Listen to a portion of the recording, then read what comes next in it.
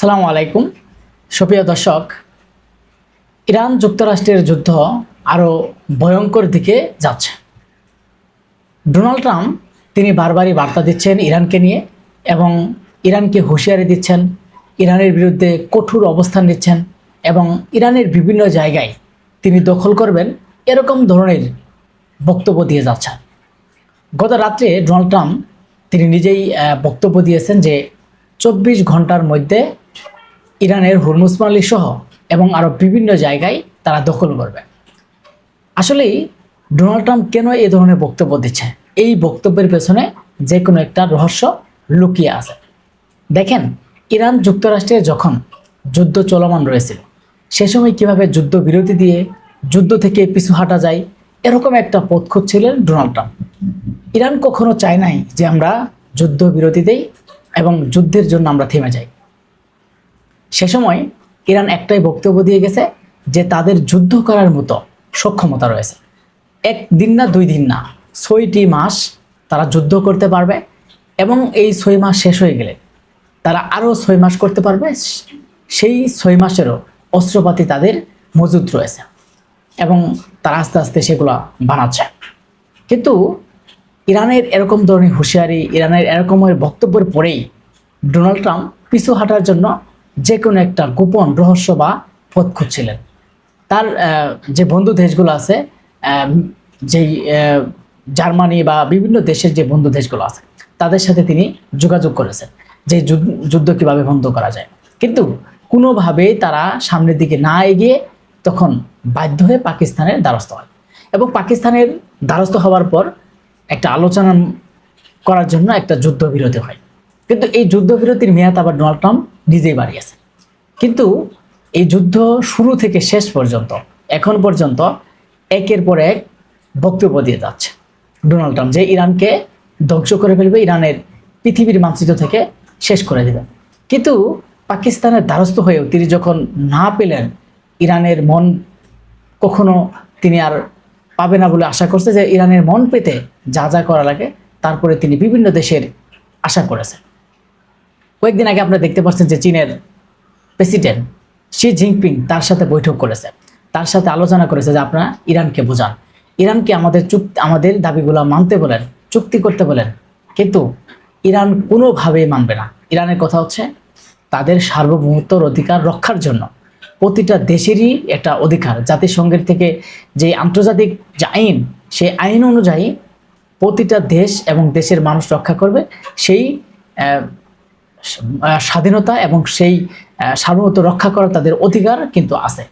আজকে Donald Trump বারবার যখন তাকে বলছে যে ইরানকে আবারও নতুন করে শেষ করে দিবে, হামলা করবে, এটা আসলেই ডোনাল্ড ট্রাম্পের মনের কথা না। ডোনাল্ড ট্রাম্প এগুলো হতাশা কাটার জন্য, তার অনেক হতাশা রয়েছে। কেননা তিনি ইরানের বিরুদ্ধে 3 দিনের জন্য যুদ্ধ করেছেন। মানে তিনি চেয়েছিলেন যে 3 দিন যুদ্ধ করার পরেই ইরান হয়তো থেমে যাবে এবং ইরান হয়তো পৃথিবীর মানচিত্র থেকে মুছে যাবে। কিন্তু যখন প্রায় দীর্ঘ 41 দিন যুদ্ধ করে, তারপরেও যখন ইরানকে কিছুই করতে পারে নাই, অথচ ইরান মার্কিন যুক্তরাষ্ট্রের যে মধ্যপ্রাচ্যের মধ্যে মার্কিন ঘাঁটি আছে, বিশেষ করে কুয়েত, কাতার, দুবাই, বাহরাইন, তুরস্ক, এইগুলোর মধ্যে যে মার্কিন ঘাঁটিগুলো ছিল প্রায় 95% শেষ করে দিয়েছিল ইরান।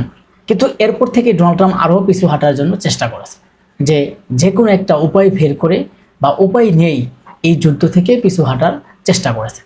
আজকে তিনি যখন ইরানের বিরুদ্ধে অ্যাকশনের কথা চিন্তা করছেন, ইরানের বিভিন্ন জায়গায় দখলের চিন্তা করছেন, এর আগেও কিন্তু তিনি অনেকবার চিন্তা করেছিলেন, অনেকবার চেষ্টা করেছিলেন, অনেকবার তিনি বলেছিলেন, কিন্তু কোনোভাবেই তিনি সফল হননি। কিন্তু এখন প্রশ্ন হচ্ছে, তাহলে কি ডোনাল্ড ট্রাম্প এখন আবার সফল হবেন, বা তিনি কেনই ইরানের বিরুদ্ধে আবারও যুদ্ধ করার জন্য একটা প্রস্তুতি নিচ্ছেন? ইরানের বিরুদ্ধে যুদ্ধ করতে গিয়ে ডোনাল্ড ট্রাম্প যে ভুল করেছে, যে খেসারত দিয়েছে, আবারও নতুন করে সেই যুদ্ধে লিপ্ত হওয়া মানে তিনি আরও নিচে যাওয়া। আপনি দেখেন, যে যুক্তরাষ্ট্রের এত সুনাম ছিল, সারা বিশ্ব নিয়ন্ত্রণ করত এবং তাদের একটা সম্মান ছিল, সব দেশেই তাদেরকে গুরু মানত এবং তাদের সবসময় তাদের কথাবার্তা এবং তাদের সাথে মিলের চেষ্টা করত।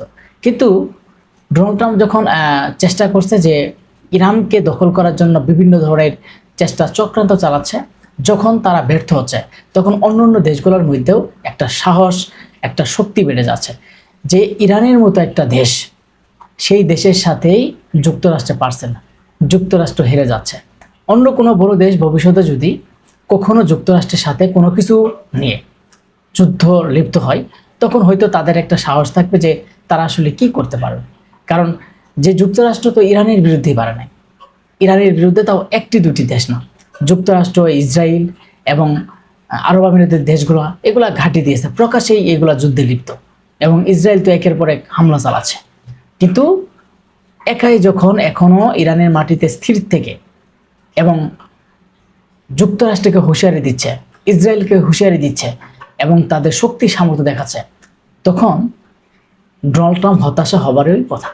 হতাশা হওয়া এটা তার জন্য স্বাভাবিক, কারণ তিনি যেই প্ল্যানগুলো করেছিল, তিনি যেই আরব আমিরাতের দেশগুলো নিয়ে তার যে কল্পনা ছিল, তার যে পরিকল্পনা ছিল, আসলে সেই পরিকল্পনার ধারে কাছে যেতে পারে নাই। কয়েকদিন আগে আপনি জানেন, ইরানের সাথে যুদ্ধ লিপ্ত হওয়ার আগে ভেনেজুয়েলার প্রধানমন্ত্রীকে তার সংসদ ভবন বা তার বাসায় থেকে তুলে নিয়ে আসছে, আতের আধারে গিয়ে, গোপনে গিয়ে যুক্তরাষ্ট্রের যে ফোর্স বাহিনী আছে সেইগুলা গিয়ে আতার আধারে তুলে নিয়ে আসছে। হয়তো সে সময় যুক্তরাষ্ট্র ভেবেছে যে তারা তো বহু সাহসী, কারণ একটা দেশের প্রধানমন্ত্রীকে যখন প্রকাশ্যে দিবালোকে তারা ফাইটিং করে, তাদের যুক্তরাষ্ট্রের যে ফোর্স আছে সেই ফোর্সে গিয়ে তারা যখন তুলে নিয়ে আসে, ক্ষমতাশালী দেখায়, যুক্তরাষ্ট্র তখন সারা বিশ্বকে নিয়ন্ত্রণ করার একটা চেষ্টা করে। তখন বোঝা যায় যে ডোনাল্ড ট্রাম্প কী জিনিস। আসলে সেই সাহসিকতা নিয়ে, সেই রকমের একটা সাহস নিয়েই ইরানের যুদ্ধে লিপ্ত হয়েছে। আরেকটা বিষয় হচ্ছে, যখন ভেনেজুয়েলার সাথে যুদ্ধ মানে ভেনেজুয়েলার প্রধানমন্ত্রীকে নিয়ে আসেন, তারপরে দেখছেন যে আফগানিস্তান পাকিস্তানের যুদ্ধ শুরু হয় এবং আরও কয়েকটি জায়গায় যেমন রাশিয়া এবং ইউক্রেনের সাথে যুদ্ধ লিপ্ত হয়। সে সময় এই যুদ্ধগুলোকে বন্ধ করার জন্য ডোনাল্ড ট্রাম্প একটা উদ্যোগ নেয় এবং এই যুদ্ধের যে বিশৃঙ্খলা ঘটানো এবং এক অপর দেশের সাথে যে একটা ঝামেলা বাজানোর প্রধান হচ্ছে ডোনাল্ড ট্রাম্প। আবার তার হুকুমেই এই যুদ্ধ বন্ধ হয়ে যায়। সে সময় তিনি ভেবেছিলেন যে আমাকে নোবেল দেওয়া হবে, আমি নোবেল পাওয়ার যোগ্য। আসলেই একজন মানুষ কত নিম্ন স্তরে নামলে তিনি এরকম প্রকাশ্যে বলে বেড়ায়। আপনি দেখেন, আপনি যদি নিজের ভালো, আপনি কেমন, আপনার আচার আচরণ কেমন, একটা ছেলে যদি তিনি চলাফেরা করে, হয়তো এলাকার মানুষ, মুরব্বী যারা আছে তারা কিন্তু জানবে যে সেই ছেলেটা কেমন, চলাচল কেমন, ভালো না মন্দ, তার ব্যবহার কেমন, এটাই কিন্তু এলাকার মানুষ তাকে নিয়ে প্রশংসা করবে। তিনি যদি খারাপ হয় তাকে খারাপ বলবে, তিনি যদি ভালো হয় তাকে নিয়ে প্রশংসা করবে যে অমুক অনেক ভালো। কিন্তু এই ডোনাল্ড ট্রাম্প হচ্ছে এমন একটা ব্যক্তি যে পৃথিবীর অন্যতম একটা ব্যক্তি, যে তিনি নিজের প্রশংসা নিজে বেড়ায় এবং নিজের প্রশংসা নিজেই মানে বলে বেড়ায়।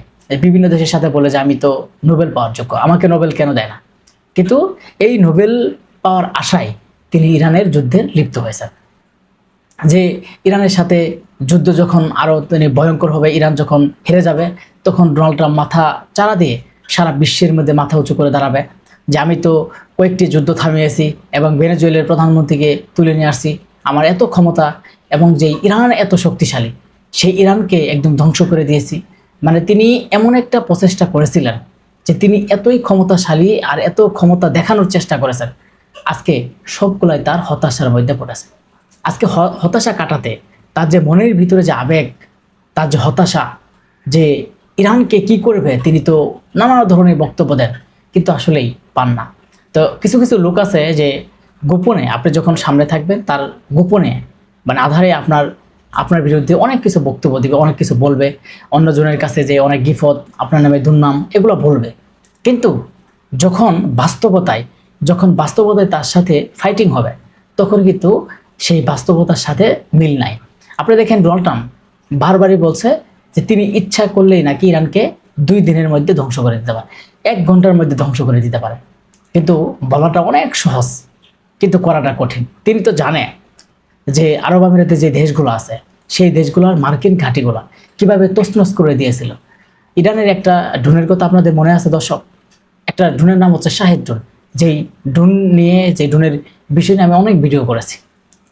এই ড্রোনের যে শব্দ, মোটর সাইকেলের মতো শব্দ, এই শব্দের কারণে মধ্যপ্রাচ্যের মধ্যে চোখের ঘুম হারাম হয়ে গেছিল মানুষের। তারা ঘুমাতে পারেনি। যখন রাতের আধারে সেই শাহেদ ড্রোন নিক্ষেপ করা হয়েছে, তখন সেই শাহেদ ড্রোন দেখা যায়নি, কিন্তু শব্দ শোনা গেছে। অনেকেই ভাবছে যে তার মাথার উপরে নাকি এটা পড়তে পারে, এরকম ধরনের শব্দ, যে ভয়ঙ্কর শব্দ, সেই মধ্যপ্রাচ্যের মধ্যে মানুষ ছোটাছুটি করছে। আর সেই ইরানের বিরুদ্ধে তারা কিভাবে বিজয়ী হবে, তারা কিভাবে যুদ্ধে জয় হবে, এটা আসলে ভাবা অসম্ভব। আর এই হতাশাগুলো কাটার জন্যই তিনি আজকে ইরানের বিরুদ্ধে বারবার হামলার নির্দেশনা দিচ্ছেন। তিনি একটা কথাই ভাবছেন যে পাকিস্তান, তার সাথে দ্বারস্থ হইলাম, পাকিস্তানকে দিয়ে বোঝালাম, যখন লাস্ট চীনের দ্বারস্থ হলাম, রাশিয়াকে বললাম, শক্তিশালী দেশগুলো বললাম, যেই দেশগুলা মানে মোস্তফা কামালের সাথে একটা ভালো সম্পর্ক, ইরানের সাথে একটা ভালো সম্পর্ক, তাদেরকে দিয়ে বলার পরেও যখন কোনোভাবেই রাজি হচ্ছে না, কোনোভাবেই যুদ্ধবিরতির একটা সমাধান আসছে না, তখন তার বিরুদ্ধে হতাশা, এটাই একটা স্বাভাবিক। তবে অবশ্যই দর্শক, আপনাদের কমেন্ট করে মতামত জানিয়ে যাবেন। সবাই